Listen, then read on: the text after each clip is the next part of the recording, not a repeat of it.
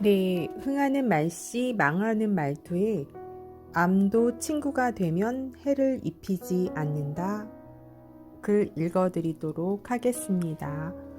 암 환자에게 수술보다 더 중요한 것은 병과 공생하겠다는 의지이다. 암 때문에 죽는 환자보다 항암 치료를 견디지 못해 죽는 사람이 대부분이다.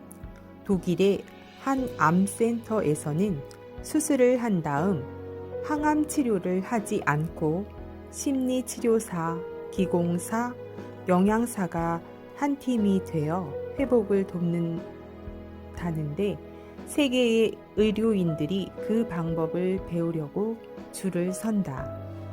암에 걸린 의사 이야기.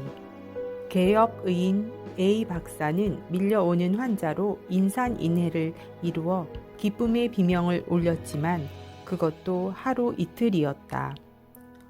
과로와 스트레스를 감당하기 힘들던 어느 날 아무래도 이상한 생각이 들어 스승을 찾아갔더니 위암 말기라는 진단을 받았다. 병원을 정리한 다음 수술을 받았는데 경과가 좋았다. 그 후 항암 치료를 받으라는 연락을 받았지만 마음이 내키지 않아 동기생들에게 너라면 항암 치료를 받겠느냐고 전화를 했는데 너나 없이 받지 않겠다는 대답을 듣게 되었다. 그리곤 지리산으로 들어가 도인처럼 살면서 자연과 대화하며 좋은 약초들을 캐다가 다려 먹었는데 놀라울 정도로 나아졌다. 그렇게 1년이 되었을 때 사업을 하던 돈 많은 사촌형이 찾아왔다. 나도 수술을 받았는데 네 곁에서 같이 건강을 되찾으려고 왔다. 원하시는 대로 하십시오. 다만 서울과 인연을 끊으셔야 살아납니다. 걱정하지 말게.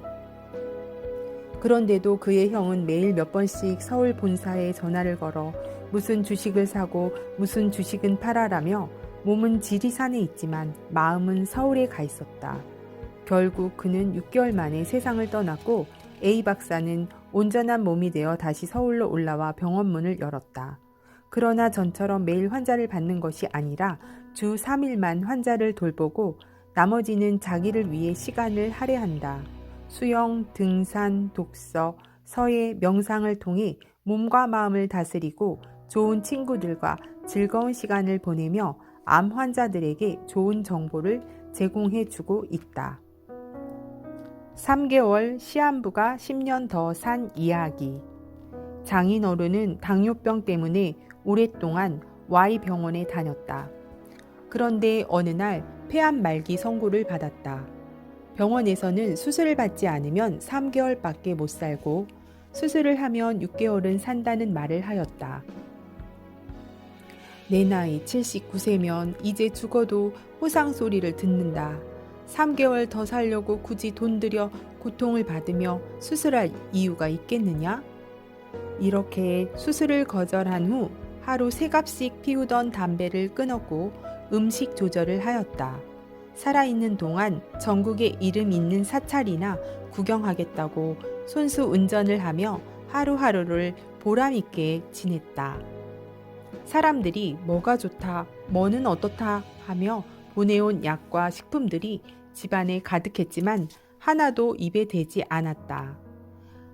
자신이 존경하는 송담 큰 스님의 지도를 받아 금강경을 사경하며 전기 분해로 만든 약 알칼리 물이 체질을 바꾼다는 얘기를 듣고 관악산에서 받아다 먹던 물 대신 한우물 정수기에 물을 마시며 10년이나 더 즐겁고 건강하게 사시다가 88세에 세상을 떠나셨다.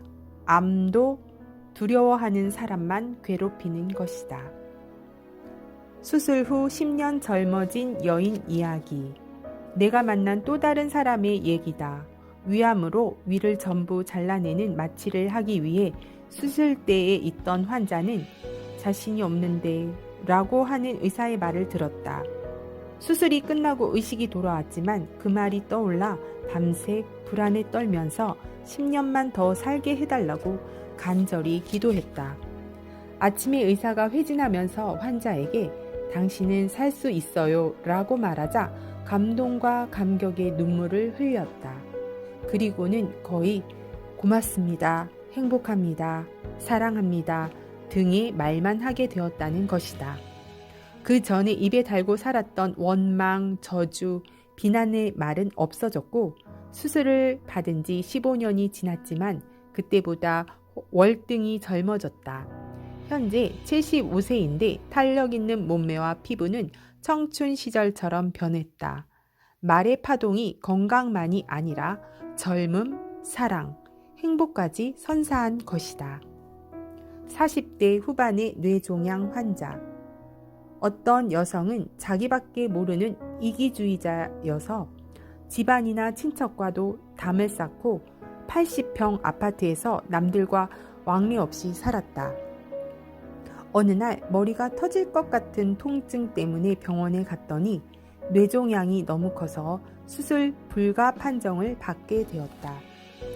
지금까지 죽을 것이라는 생각은 꿈에도 하지를 못하고 살아온 것이다. 아픔과 외로움을 비롯해 두려움에 몸부림치며 여러 날을 보내다가 친정과 시댁을 내왕하게 되었다. 이렇듯 자신을 반성하고 서로 왕래하면서 불쌍한 이웃에게 온정을 베풀기 시작하였다. 진통제가 아니면 견딜 수 없을 정도로 힘들었는데 고통도 차츰 줄어들기 시작하자 나를 찾아왔다. 나는 죽기 전에 어떻게 살아야 합니까? 자신은 모르겠지만 너나 없이 덕분에 살고 있지요. 주위에 당신보다 더 고통을 받고 힘든 사람도 얼마든지 있습니다. 내 잘못을 속죄한다고 해서 해결될 문제가 아니지요. 그들을 위하는 일에 시간을 할애해 보세요. 그때부터 그녀는 남보다 몇 배 봉사활동에 힘을 쏟아부었지만 힘들거나 피곤하다는 생각이 들지 않았다. 오늘을 마지막 남은 하루처럼 살다 보니 하루하루 기쁨이 넘치게 되었다. 얼마 후 다시 정밀 검사를 받았는데 완벽하게 자연 치유가 되었다고 한다. 따뜻한 사랑 앞에 암세포도 녹아 없어진 사례다. 그녀는 힘들 때 먹으라고 병원에서 준 진통제를 먹지 않고 가지고 있다가 나에게 가져다 주었다. 봉투에는 마약이라고 빨간 글씨가 적혀 있었다. 약을 먹으면 아프지 않게 죽을 수 있다고 의사가 얘기했다며 기념으로 놓고 간. 사람의 몸에는 하루에 3,000개의 암세포가 생겨나지만 면역력이 약한 사람에게만 발병된다. 암세포가 무서운 것이 아니라 다만 미친 암세포가 몸을 망치는 것이 문제이다. 기쁨, 사랑, 봉사에 힘을 쏟는 사람에게는 암도 감기와 몸살 정도밖에 되지 않는 것이다. 웃음을 선사합니다. 중국의 유명한 암 전문 의에게 들은 얘기이다. 환자를 검진하고 당신은 암입니다 라고 말하면 그 순간 모든 면역세포가 죽어버립니다. 말이 그렇게 무서운 힘을 가지고 있지요. 웃음 연구소를 운영하고 있는 이 요셉 씨는 정기적으로 암 환자와 가족을 데리고 웃음 세미나를 연다. 대부분 병원에서 포기한 환자들이 대상이다. 표정 없이 한숨만 쉬던 이들에게 웃음을 되찾게 하는 것인데 놀랍게도 정상인처럼 말하고 행동한다. 이렇게 해서 회복한 사람도 상당수에 달한다. 그러나 암만 고쳐진 것이 아니다. 삶의 방향이 변화해 기쁨과 감사의 나날을 보내게 된 것이다. 네, 말씨라는 글을 읽어드릴게요. 농사를 짓는 농부들은 곡식 중에서도 좋은 곡식만을 씨앗으로 골라 놓았다. 농사의 성패가 씨앗에 달려있기 때문이다. 예전에 농토가 없었던 사람들은 강원도 깊은 산속에서 화전민 생활을 했다. 그들은 산등성이를 태우고 논밭을 일궈 농사를 짓고 비수기에는 약초를 캐다 팔아 생활을 했다. 어느 해인가 눈이 엄청 많이 왔다. 그 후 화전민들이 보이지를 않아 주민들이 그곳으로 올라가 보니 모두 굶어 죽어 있었던 것이다. 그런 와중에도 화전민들의 씨오쟁이 속에는 씨앗들이 그대로 있었다고 한다. 이처럼 굶어 죽어 가면서도 다음 해에 뿌릴 씨앗에는 손을 대지 않았던 것이다. 씨앗은 그들의 유일한 희망이요 생명이었던 것이다. 말에도 씨가 있어 말씨라고 한다. 그 사람이 쓰는 말씨를 보면 그의 미래를 알 수가 있다. 성공한 사람들은 긍정 언어를 쓰는데 자녀도 부모의 언어를 배우게 된다. 대대손손 번영하는 가계와 불운과 사고, 불행이 계속되는 가계를 보면 너나 없이 말씨에서 원인을 찾을 수 있다.